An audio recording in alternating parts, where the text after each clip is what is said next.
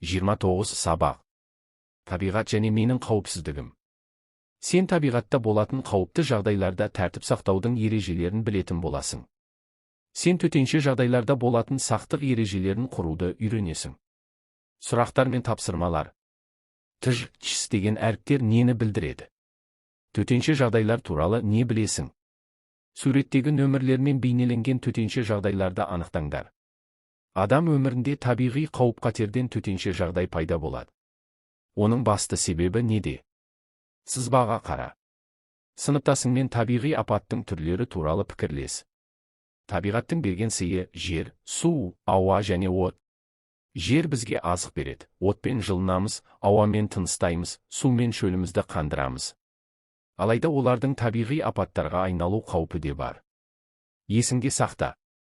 Табиғаттағы катаклизмдер адам өміріне қауіп туғызатын алапат құбылыстар. Өз өмірің мен денсаулығыңды сақтау үшін табиғи катаклизмдерден сақтанатын қауіпсіздік ережелерін білу керек.